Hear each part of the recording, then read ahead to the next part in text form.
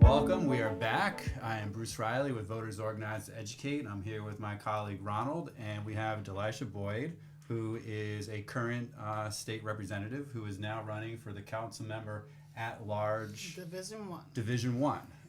And so, welcome to the interview here, the show. And why don't you just give us a little bit about yourself while you're running for this seat, and maybe why you're deciding to switch from the legislature. Okay. I am State Representative Delisha Boyd, currently representing District 102 of New Orleans. First, thank you guys for having me here. I initially met most of you. I don't think I met Ronald 3 years ago when I decided to run for this House seat. And when I sat before you guys, I promised that I would hit the ground running, that although my colleagues have been there 2.5 years before me, I was going to fight fearlessly for the citizens of New Orleans, and I would bring back meaningful legislation. What do I mean by that? I didn't run a bunch of license plate bills. I wanted some things with teeth in it. And immediately hit the ground running. I was, within 5 months, the rising star of the Democratic Party. Within 12 months, I was elected as the first vice chair of the Bloc Caucus, and served in my first session in 2022. And from then until now, I've passed about 25 bills, co-authored probably another 60. Decided to come home because I wanted to put the efforts and my fearlessness ahead here in our city. We are losing control of New Orleans.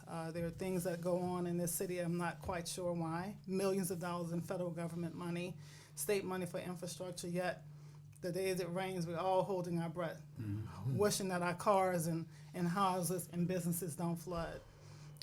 I am a young woman. I'll be 57 in a couple of weeks, but I got a little sports car now. I guess midlife crisis or something. I don't know.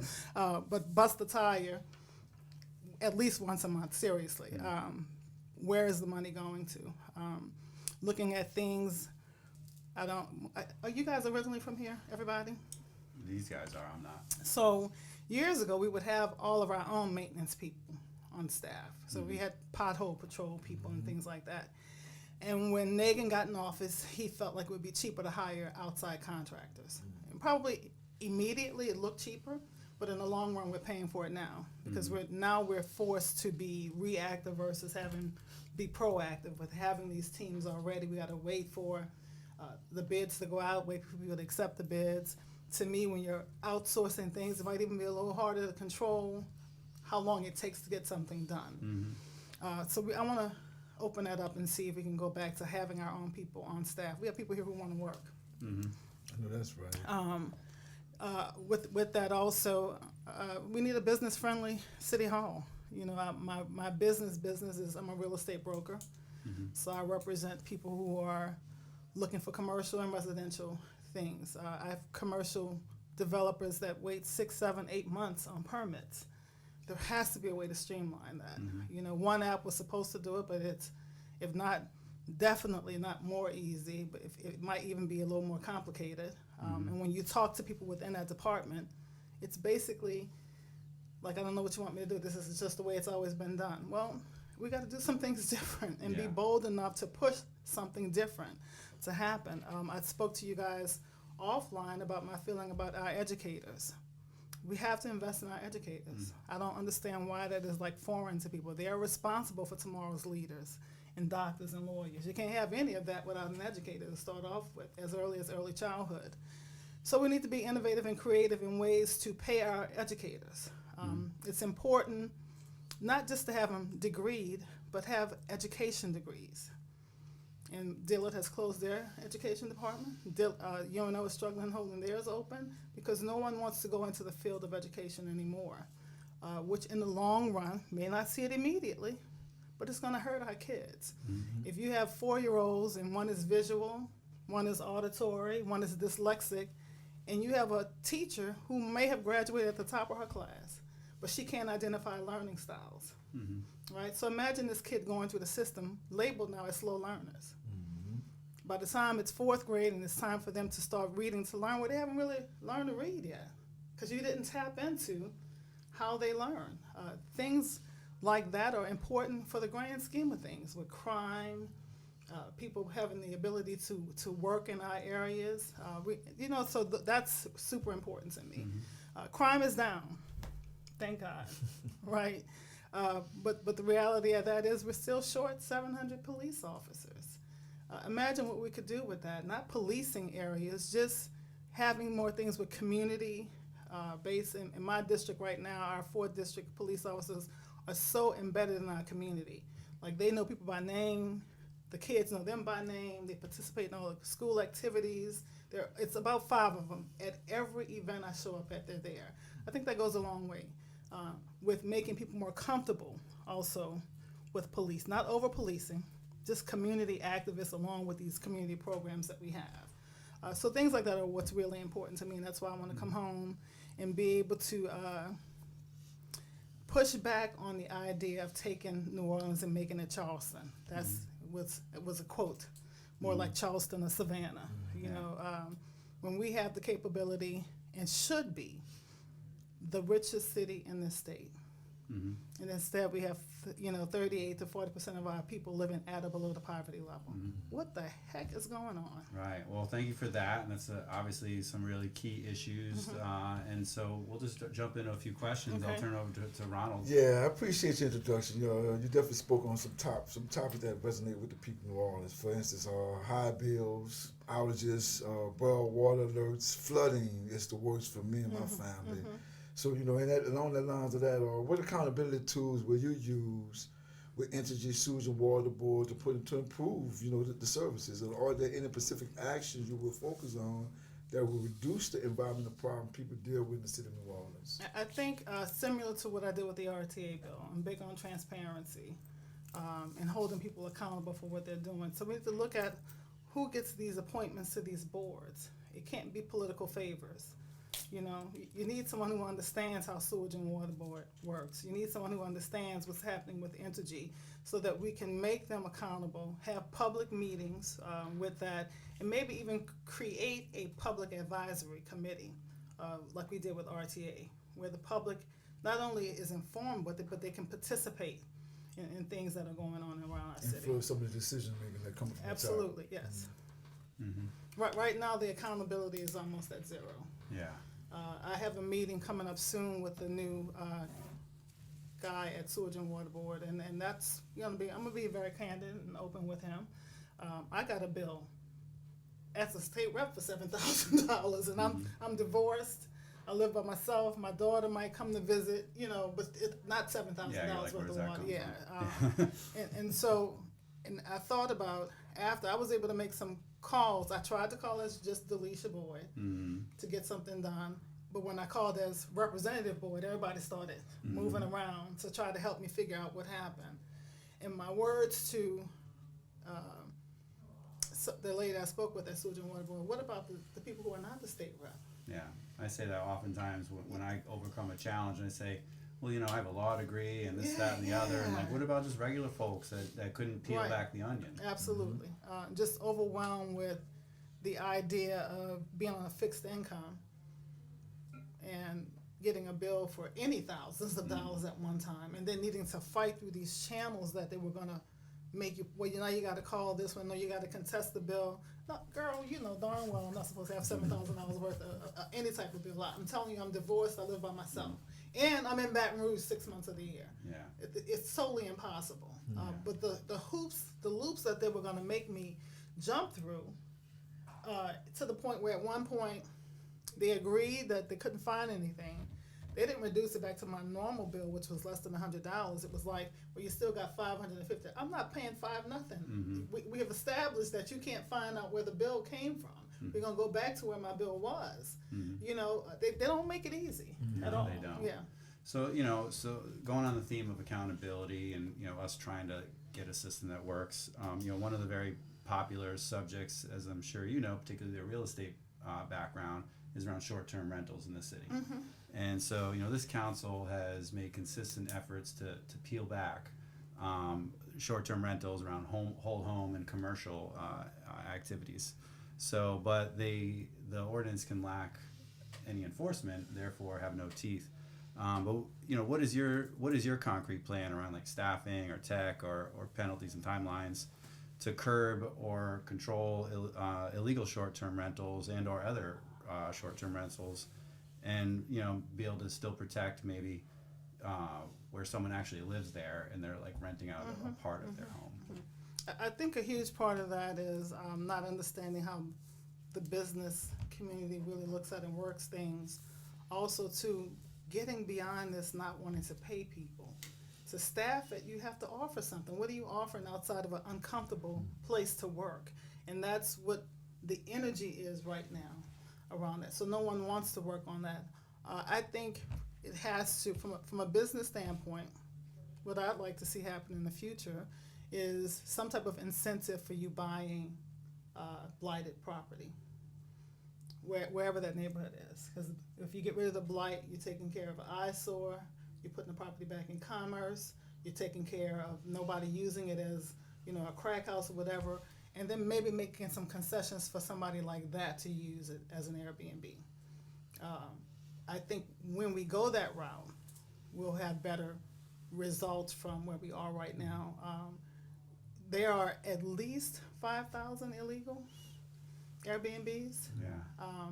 You could put any law you want, any policy you want in place. If you can't police it properly, it's a waste of time. It's a bill, a policy there in place. So if you want to do that, one, you got to staff up.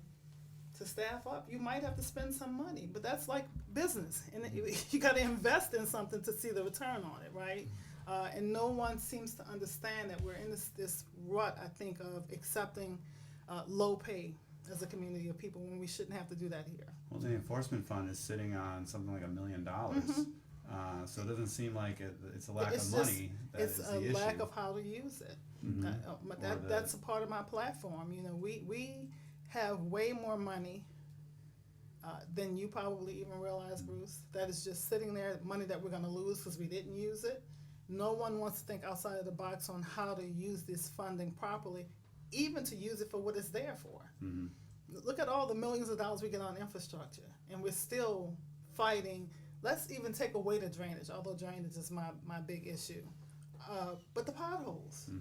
Every single neighborhood I'm in, like literally, I'm hitting potholes here, streets breaking up, even in my own district, that I have to constantly be on the phone, although it's not in my specific like state highways. I'm calling because it's city. It's still my district, So I think once we open it up, be willing to look at what the money can be used for, can it be reassigned or reallotted someplace else?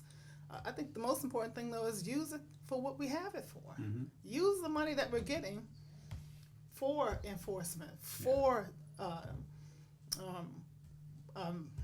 infrastructure. Use the money that's there. We're not even doing that. There's an appeal by someone who has had a little bit of up and down with the council around their large building on Canal, and they want to turn it into basically an Airbnb hotel. And when I looked at the materials they submitted, because I often read the back pages, they had these testimonies of residents supporting this. They were all signed by people who work for this company, including the lawyer, Bob Ellis. And so I emailed my reps and said, wow, you're just going to let yourselves be lied to like this? The first, they approved it. I don't think that they read the fine print. So that was disappointing. But B, there's no repercussions for just straight lying to the city and trying to get an edge. And, to me, that's just embarrassing. You're in Baton Rouge enough. All of you in this room have been in Baton Rouge enough to know that people don't read at all. They don't even read their own bills, let alone somebody else's.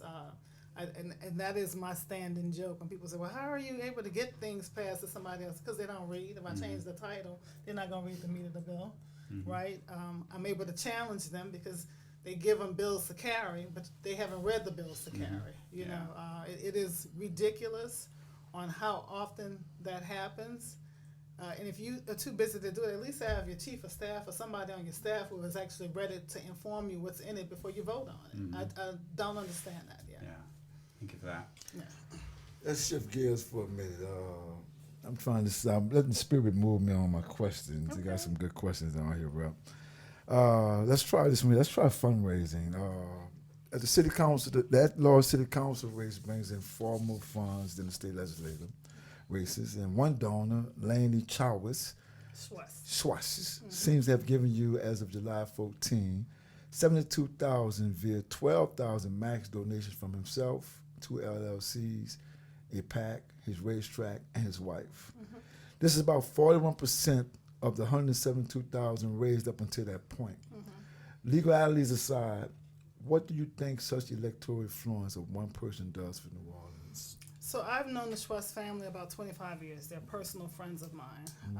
I don't get a whole lot of donations from outside because I'm not somebody who can bend on. I stand where I stand. I think you guys know when I make a decision to do something, I'm going to do it. When you have an opinion like that, or that's your stance, people do want till you have their money where it can be influenced. These are friends who are Republicans who have never asked me for a thing ever, but believed in my vision to push our city forward. We have candid conversations just like we're doing right here. Would never dream of asking me for anything else. But when I said, campaigns cost money, they were somebody who stepped up to give me money because they want to see better for their city as well. I appreciate that.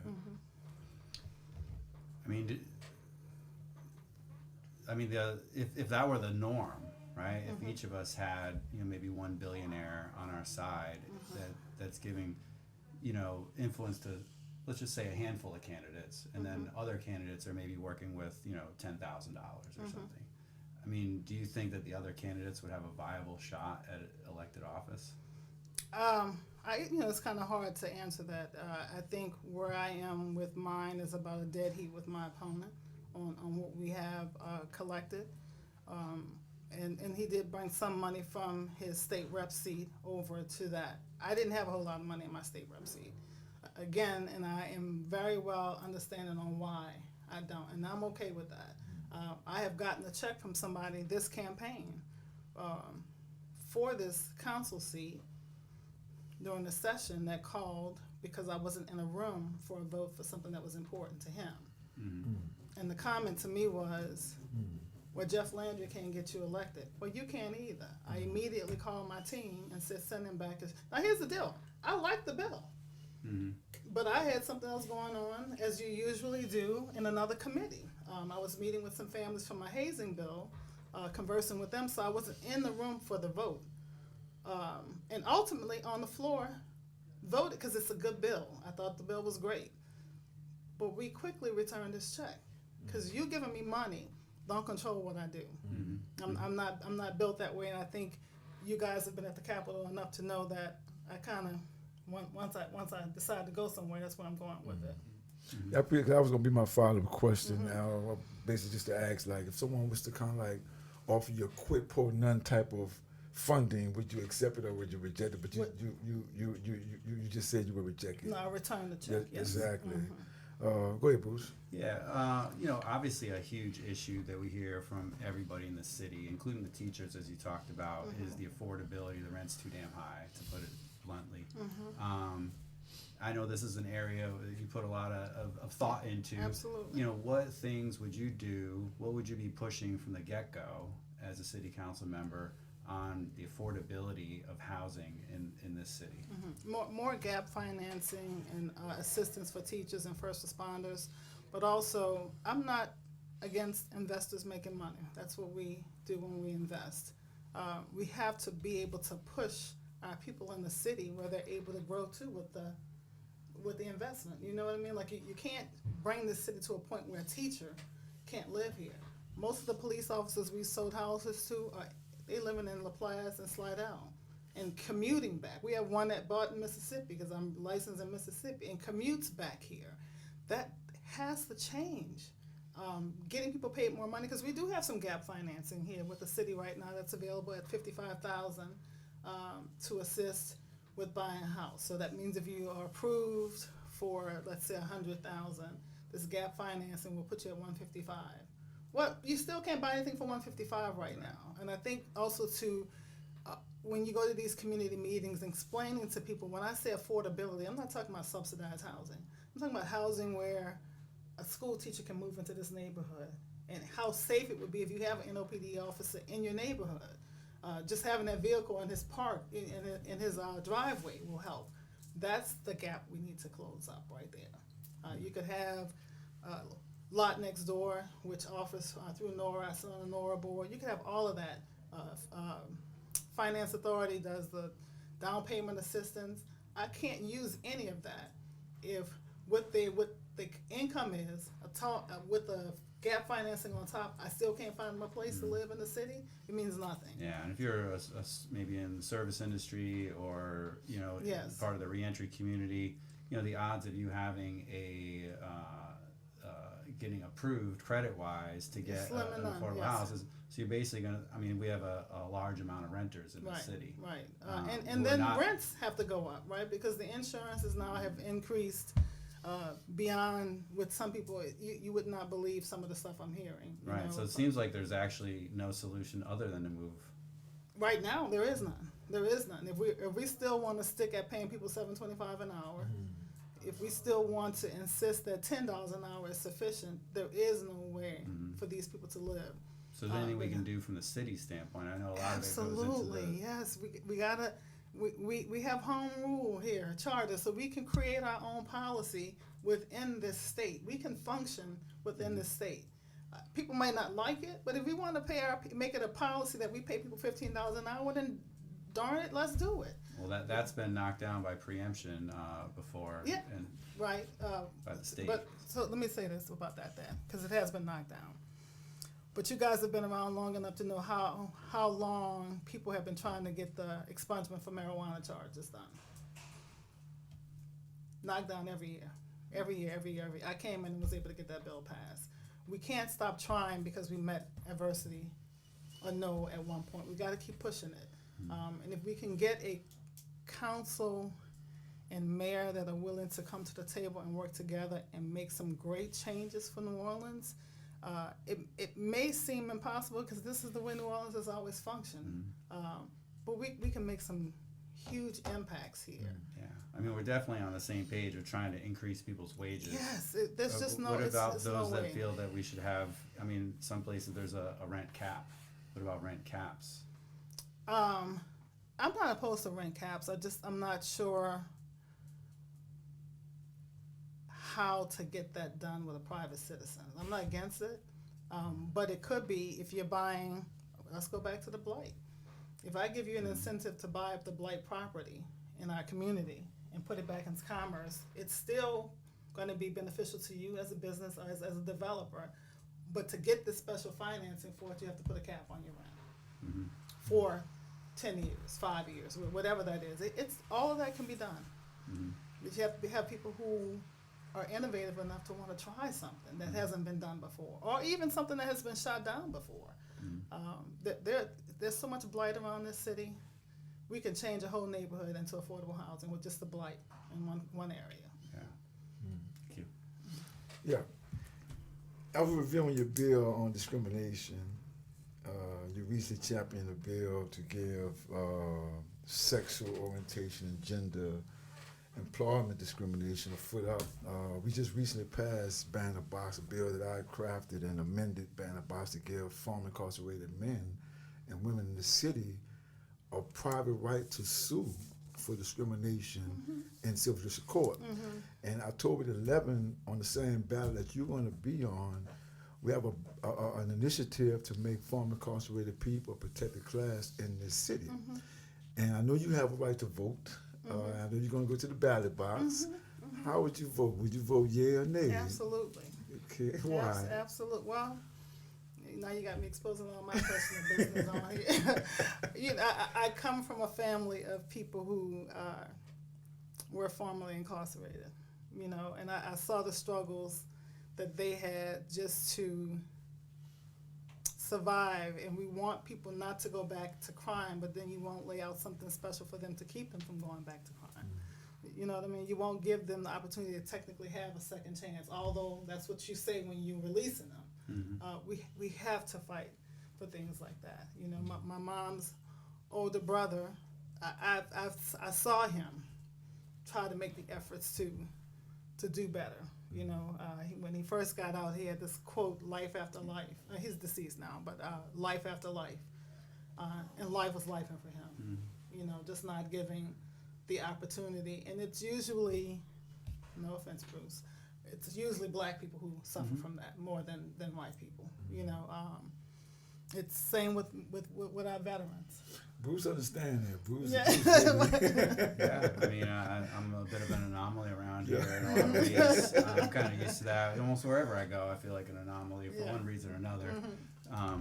But yeah, I actually feel right at home here, Yeah, so that's yeah. the good news. Yeah, and so we look at not giving black veterans. It's all the same thing. You know, my grandfather fought in the war and came home and was treated like a second-class citizen. Mhm. You know, so I'm big on knowing the struggles of my own family and the dynamics of what we went through in my family and what that looked like, and making it possible, not for a hand-me-down, just so I can function a part of this city that we live in. You know, if you're really serious about reducing crime, because Yeah. if you let them out and don't give them an opportunity to do anything better, the chances are they're gonna go to what they know. You know, and that I watch my uncle do it all the time. He went to what he knew and how to survive in this city. Yeah, and I think, I mean, to be obviously blunt as we all are around like racism and Jim Crow and all the other things that developed a very expensive and expansive policing and imprisonment system and court system that was so good at their job of incarcerating, but they didn't care if they had the right guy. No. Right? No. And so we had to undo several laws, you know, in recent years to try to bring it back to something a bit more fair. But And this is a huge part of too what I'm saying about being able to fight for what we have, because we're entering Jim Crow 2.0 right now. yeah, and No. you know, and so my question is, you know, we know that a lot of folks solely focus on crime catching capacity, right? And more police, more jails, more prosecutors, but they don't necessarily know the difference between crime catching and crime prevention. And you know, what is your take on crime prevention, and what types of things could we be working on, and what would be the measurables for that to know whether or not it's actually like making a dent? So I don't think that they don't know the difference. I think that they do know the difference, and they just want to create the pipeline to prison. Let me say that off bat. But what I talk about with regards to my passion surrounding education, we had at one point the highest middle school dropout rate ever in the history of our state, post-COVID, middle school. And if you look at what I'm saying, if our kids are not learning or they feel like they're not getting anything out of school, they're going to drop out of school. That's what was happening. What they mastered during COVID was Grand Theft Auto on that, what they call them things, PlayStation, right? The learning online didn't work because the teacher who wasn't qualified to be in the classroom damn sure couldn't teach them online. I had a middle schooler during COVID, Yes. so I'm very familiar with the challenges. You know, Look, in all I parts told of my that. ex-husband, I'm so glad Kristen was so far out of school because she would have failed. I'm serious. I'm not an educator, and I have 3 degrees, but I can tell you I'm not an educator. So that's one aspect of it. Also, similar to what we just talked about, giving the second chance. How do you keep repeat offenders down by giving them an opportunity to do something differently? So I think that we need to focus on. I sponsor a group called Hero of New Orleans. Greg Ravy. He has computer classes year-round, cooking classes year-round, just all types of things that he has, and I've given him funding for, to also get our kids off the street, give them a sense of pride into something, and letting them know that they can do something different. All of that's going to filter into turning out productive citizens and crime prevention. If they have nothing else to do, if they feeling like they're helpless and hopeless, I have a friend that owns a McDonald's, and she has gone up to $14.50 an hour, and she said, I still can't get people in here. I said, what's your focus? She was, 15 to 18, even 21 or whatever. And I said, here's some harsh reality. They can't read the application. If you can't read the application, or you think you're going to struggle to read the application, you ain't going in. I don't care what they're paying you. So we have to tap back into the education aspect of it, I think. Thank you. Ronald? Yeah, so speaking about the youth, I'm from New Orleans. That was a time when I used to drive around the city. I grew up in New Orleans. I was engaged with all the youth activities. But today, here we are 30, 40 years later. You drive around the city, you don't see anything for the kids. I'm talking about North parks, the swimming, that was our thing. I mean, after school, we was able to do a number of different things other than Absolutely. crime. So, as an at-large city council member, what are 3 deliverables year round for the youth that you would put in place to make sure that kids are not involved in or engaged in criminal activity, but definitely involved with youth-sponsored activities? Absolutely. We just kind of tapped into that. Heroes of New Orleans is a 365 facility. We're actually going to do some ribbon cuttings for the next phase next month. You guys are welcome to come in and check it out. What the name of it is? Heroes of New Orleans. Of New Orleans? Yes. It's a mentorship program? Yes. How can I be down? Yeah. Come on. I'm inviting you right now. Yeah, I'm inviting. Now I'm going to hold you to it. Okay. Yeah. But to have more pockets like that, Greg Ravy is someone who had a challenging youth. When I met him, it was actually before I became elected. And most of the work you see me doing right now, I've been doing for 20 years. This is not new to me. You and I kind of joked a little bit about the campaign trail. Well, I've been on the campaign trail for 20 years. So I met him, and he couldn't get people to buy into this program, to his vision of what he's doing. Now he has a complete computer lab, 3D printing lab. He called today to tell us that the kitchen, they're going to have a ribbon cutting for the kitchen. I want you to come to that. In the next phase of cohorts, we help them find jobs in the community, and we match what that particular facility is giving them. So if they're getting paid minimum wage, we're going to match that. But we try to get the companies to agree to at least start them at 10 an hour. I'd like to see that in all pockets of the city. And then getting with Larry Barabino on opening up more facilities. I assisted with the pool being opened in Algiers because that was my district at the time. But staffing it and having it where the kids have some place to go. We opened up a baseball diamond where now actually Xavier uses this facility. It's a state-of-the-art baseball diamond. We have to give them more to do. When my mom passed away, my grandmother got me at about 12. And I had been doing things on my own for a long time. But the school that she took me out of, I was at Samuel James Green, and she snatched because I was going left probably, and put me at Incarnate Word. And every day there was something to do after school. Every single day. So Marcus Bryan and I wanted to pass a bill that we would pay the teachers extra money for extracurricular activities. You can't pay them a quarter and then make them stay after school too. Give them an incentive to want to have a cheerleading team or a basketball team or whatever. And our legislators shot that bill down.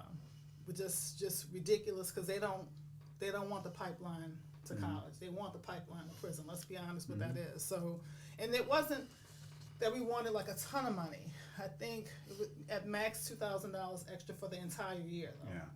It's funny how $2,000 for one thing can be so difficult, and like $1 million something else can be so easy. On silliness, it's so easy. But those are things that we will have to figure out in our city. We can't count on the state to do them. Even in the supermajority, especially because of the supermajority legislator, you can use your voice. We went to bat on it because we got it to the floor.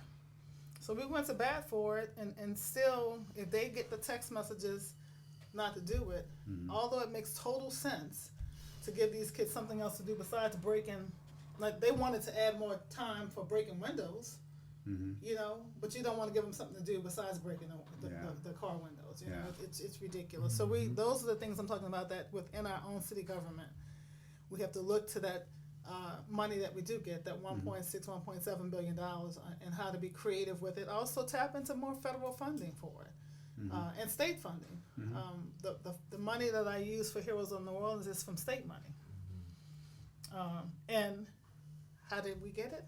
To help little children? Because it's called Heroes of New Orleans. The title matters in Baton Rouge, which I know y'all know that, right? If you put it as some type of anything with equality or a building, whatever, they won't. Yeah. Let's talk a little about New Orleans investments and budgets, right? I think everybody knows the sheriff, the jail in particular, and the police have a huge chunk of our overall budget.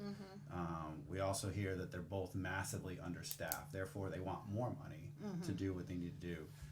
But one thing in particular, the federal court because of the consent decree where the federal court is involved, forced, with not much opposition, the city to spend over $100 million to build a jail expansion that we'll all see on the I-10 as we drive by.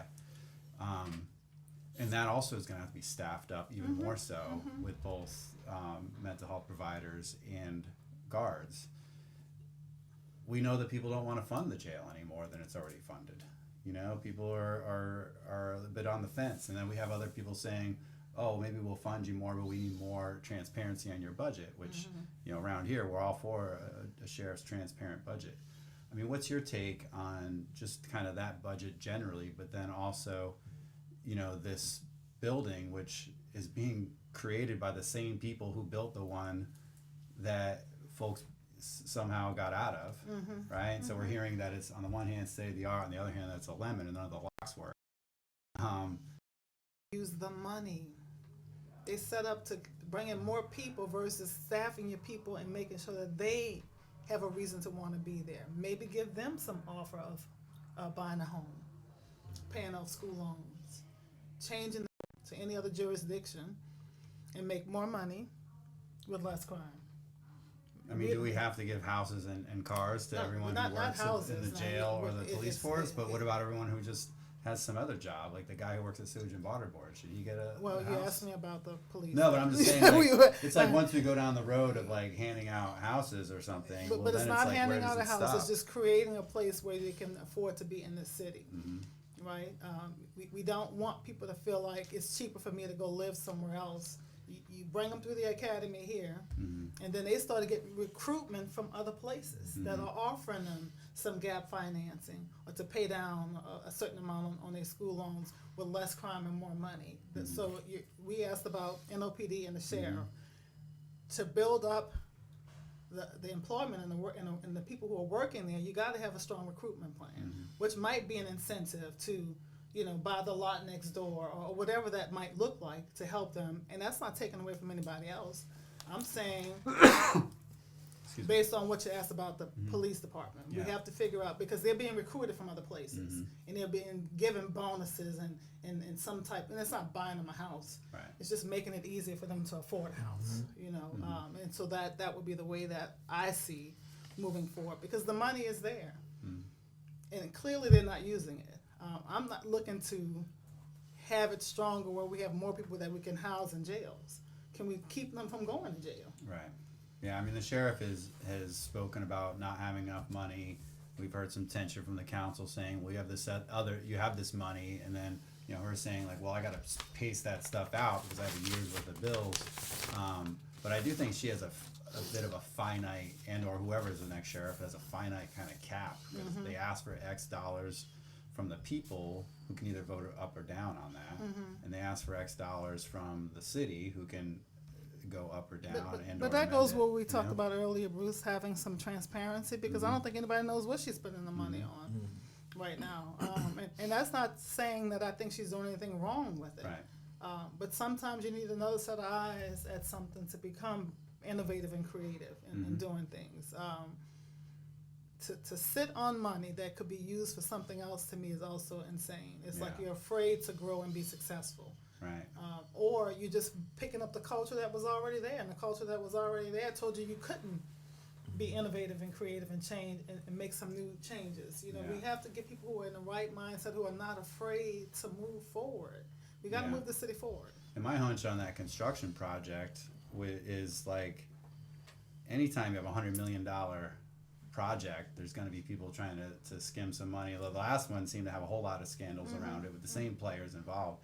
And I don't honestly know, as a concerned citizen, who has any oversight over that, because I'm pretty sure the money is coming, through the city council / mayor. Maybe it doesn't have anything to do with the sheriff herself, but meanwhile, maybe the city people might be like, well, it's on your property. Right. So it might be one of these things that's in the middle, and then like, as we know, we have a hard enough time getting a pothole fixed. How are we not gonna? We have what one about the cost pothole overruns team of that? on staff for the city, one. Yeah. And they subcontract everything else out.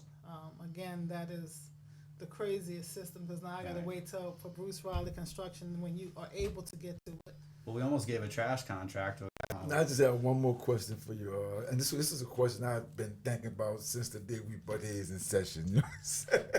So, Because we done bump heads a couple of times. no, we only bumped heads one time. Okay. It was on Senate Bill 371, the surgical castration for child sex offenders. Mm-hmm. And you know some of the pushback, the opposition. It was cruel and unusual punishment, efficacy. I think the question is, why you push for castration rather than services for the victims?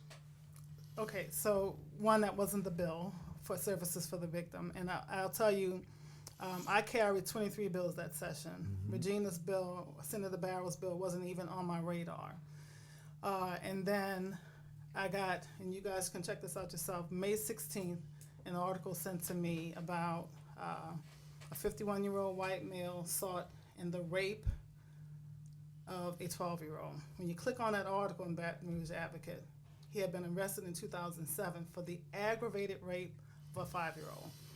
So, when I did my research, the amount of older white men with children of color was overwhelming for me. And again, I've shared my mother's story, but my story was because of her friends' base, the things that happened to me, right? And the bill, if you read it, really is a bill for an impact statement more than anything else. It has to be aggravated first degree, a second degree rape. First degree is already a lifetime. The castration by the judge is may be sentenced, not shall be sentenced. I don't think any judge really, because we've had chemical castration for 20 plus years, and there's only been one person that was sentenced to that in those 20 plus years. The castration doesn't happen when you go in. If you should be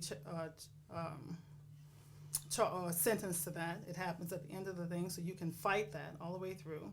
At the end, you have to go under a doctor's care to see if you're able to withstand that. And even after that, you can just say, I'm not doing it, and then serve the rest of your time. I look at the pictures that I saw from that 2007 thing that the DA helped me get to. This little boy was beat black and blue. Why would you have to beat a 5-year-old? Bad enough you're already assaulting them. So it was more of an impact statement for me. And I stand by it. If you have to beat a child, to rape a child, and then this guy was able to get out and then rape a 12-year-old little girl, that God forbid if she had become pregnant, that our state would then force her to have this baby, because he went to prison, clearly didn't learn his lesson, got out, and then raped. And that's the two we know about. That's the two we know about. I spent most of my life not ever talking about what happened to me, and came face to face with somebody. And Chief Eddie Compass at the time said, and his wife was an attorney, said, well, I mean, it's statute of limitation. And Eddie was like, I don't care whether it's up. They went and picked this guy up anyway, you know. But I was 39, maybe 40, when I ran, where he made me know who he was on top of it. The boldness of that.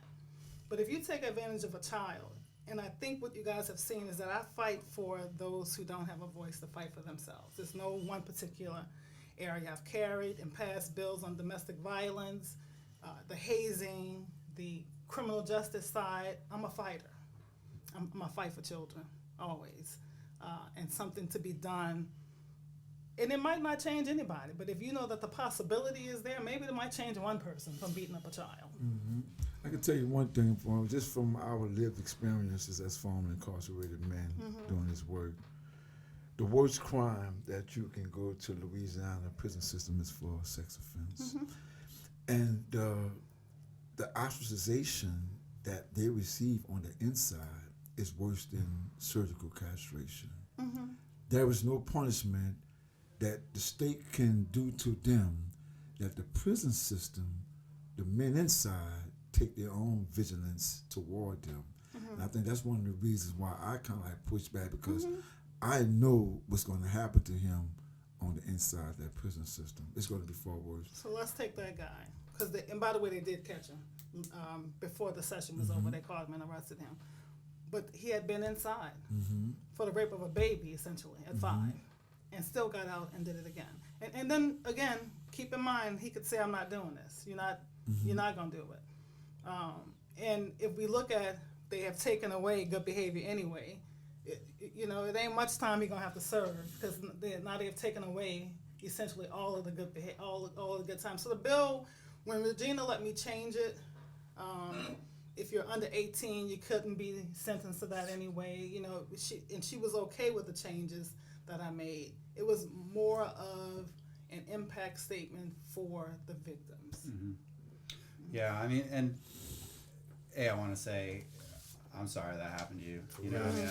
And those of us that have been, as Ron was saying, in our world, we're actually more accustomed to knowing those things. I understand when you're not in that world, you're more accustomed to holding it in, right? And so a lot of people who have committed harm have been harmed as well. And I believe that too. I do believe that. But with that, I have never had a desire to harm another child. And I'm not. And so I believe all of it, we're the victims of our circumstances. I tell everybody, when I see certain things, there go I, but for the grace of God. Right down to, this is going to sound so horrible, please don't take this the wrong way, right down to him taking my mother.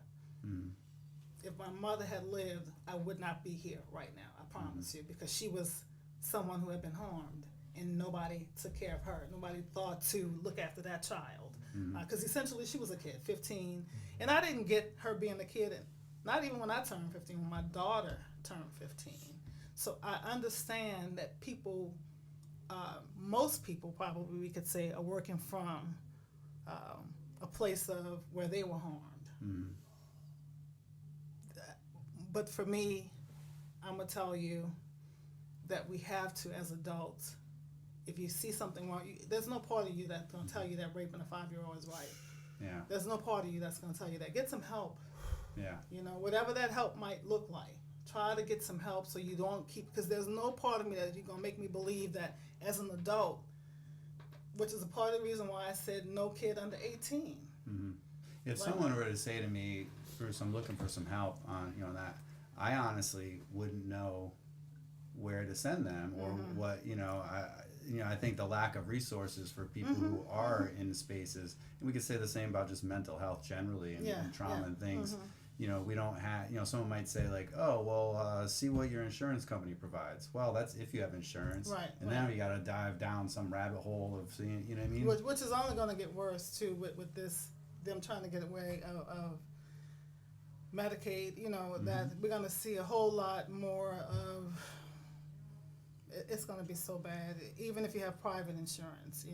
If you go to a facility that may have had a mental ward section that now can't afford to have it because they're not getting us extra funds from Medicaid. Or how about not even, let's go to mental health. Let's say that you're on a dialysis machine.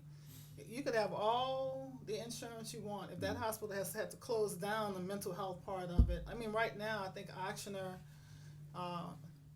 Jefferson might be in UMC, the only place that has actual mental health beds. Right. All these other hospitals are not set up Although for we just spent over $100 million for 58 mental health beds in jail, right? And so I would say, what would Dr. Jenna Vegno do with $100 million? So to my final question kind of ties in with this in a bit, in a way,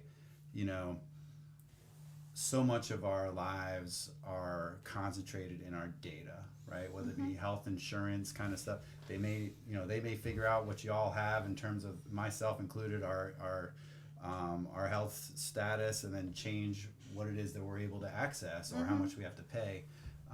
And we also know that sometimes extreme scenarios, such as crimes, or in, let's say, President Trump's situation, like sort of made up scenarios about like abuses and fraud. And so Trump gave Elon Musk flunkies like carte blanche access to all this data that nobody knows what was done with. And because the genie was there, and it's not even in the bottle. Right. And so bringing it back to New Orleans, right now as we speak, they were supposed to hear an ordinance for about the fifth time around surveillance, facial recognition technology. And as many people know, NOPD was caught illegally using that technology. And I believe in conjunction with a private company who is probably in it just to make money. And so if Elon Musk comes offering a few dollars or whatever, or it's already in this infrastructure, it's in the cloud, it's in the whatever, the feds will obviously order New Orleans to do whatever it is, and New Orleans will obey, as we've seen with the jail. So what is your take on where we're going with this technology, particularly this surveillance technology, and what does that mean for our ability to just walk out this house and hop in our car and go to work without being monitored and put into somebody's data? It's all very scary of me, and why I keep telling people elections have consequences. I like the cameras that can show where John shot somebody in the French Quarter, and then the camera on the corner caught John getting into another car. The facial recognition thing and giving them that kind of control is almost how I feel about ICE. Because you could tell me whatever you want, or you can assume, and then I have to go with it. So they might have you claiming facial recognition just because they want to get you, Bruce, not because you actually did anything wrong. It is a slippery slope. I hate the AI, I really do, and we are only at the beginning of all of this stuff. Brandon showed me some AI stuff with an interview, and I could not tell that they were AI people. And this is on our watch. This is on our watch, right? and we see who Trump is, we see who Elon Musk is. If we allow them to open up that can of worms here, we're in trouble. We are losing. Oh God, we're losing so much, y'all. It's so scary to me on how people who are outside of this, I'm gonna call us in a bubble, y'all, are not paying attention to how bad things are. That they would take this change. You're talking about the people inside the bubble, the people outside the bubble. Well, they might complain for a week, and then just accept it as status quo and move along with it. That's the Saints are coming on Sunday. Help me, Jesus, understand. Like, what do I need to do to wake you up longer than an hour? Like, this is an issue that you're going to boycott and maybe sit outside for a day, but then tomorrow, because the Saints game is on, as if this is not going to affect the rest of your lives. We've seen it happen time and time again. Over, and I'll go back to, since we were talking about this, Roe v. Wade. I remember just everybody all across the state. Well, it's still overturned where you're at now. You know what I mean? Like, it's still affirmative action 1 year later to the date. It's still, where are y'all now? Like, we can't digress. We got to keep pushing forward. So my fear is they're going to do it, and who's going to be here to help us fight it? Yeah.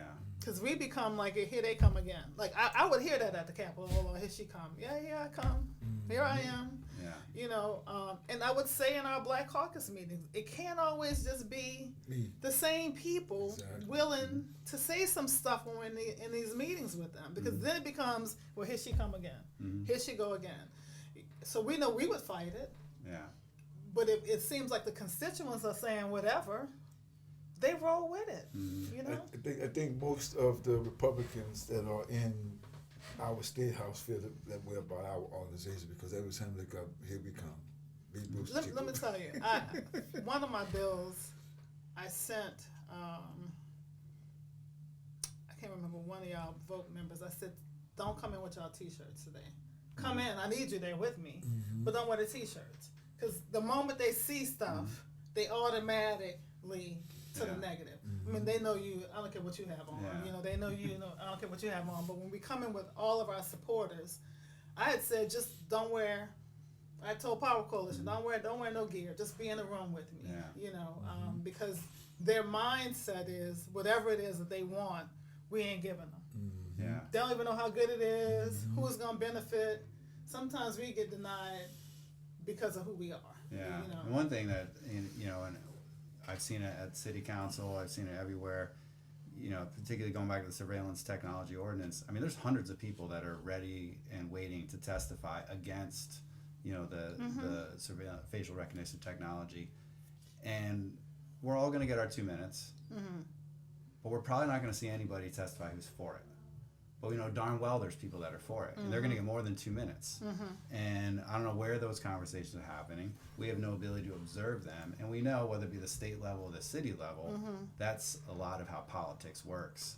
And so it's really it's a sad day when people who are in favor of something or against it don't show their face, don't show their hand, don't get into the public discourse, and then makes a lot of us feel like people are disingenuous as policymakers when this is all just a dog and pony show, and then the real conversation happened, yesterday or tomorrow. So, what I've been saying since I got elected 3 years ago,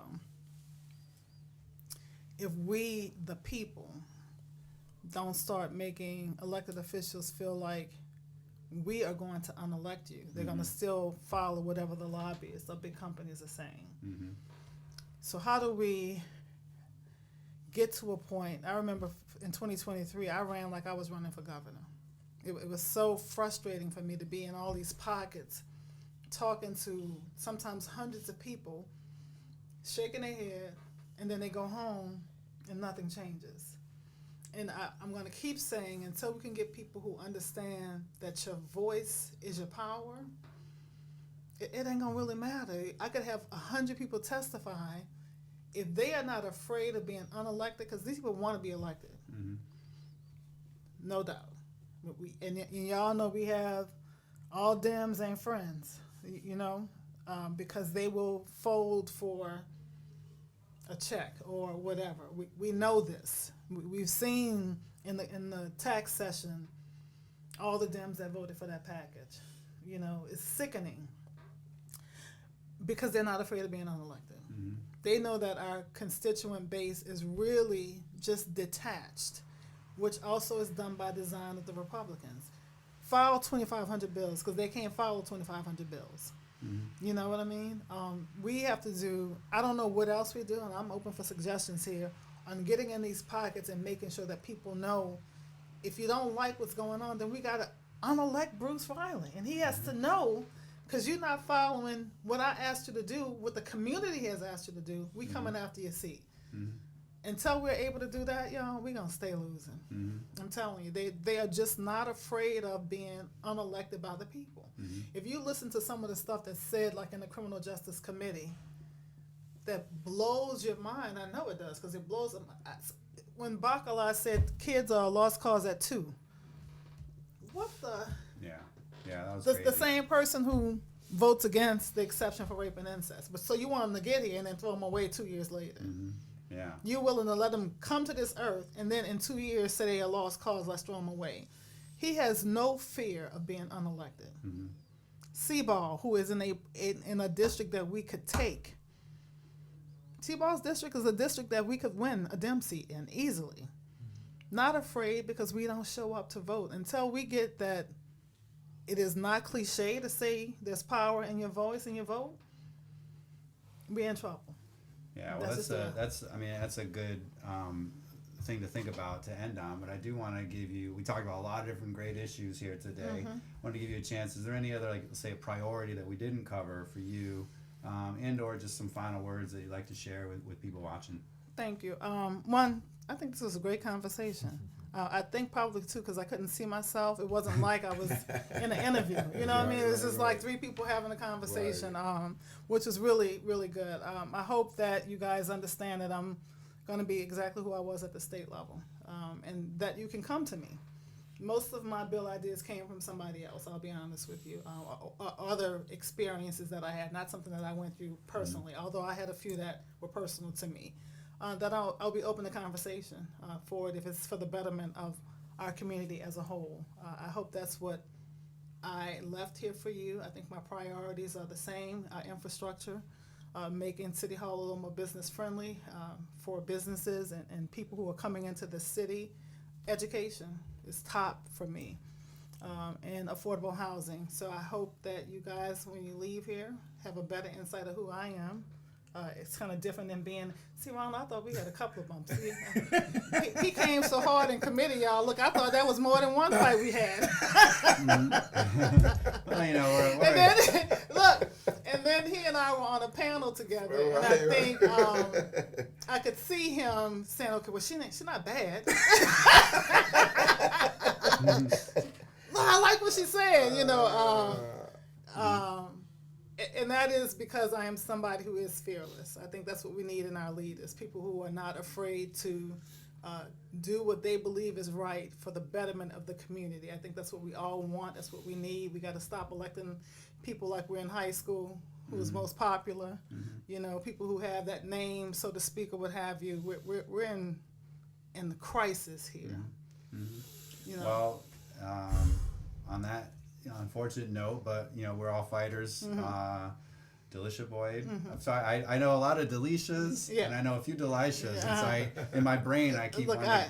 I've had it my whole life, but it's Delisha. Delisha Boyd. You know, thanks for being here today, and good luck on the campaign trail. Thank you. Thank you for being here. Absolutely. Yes, man.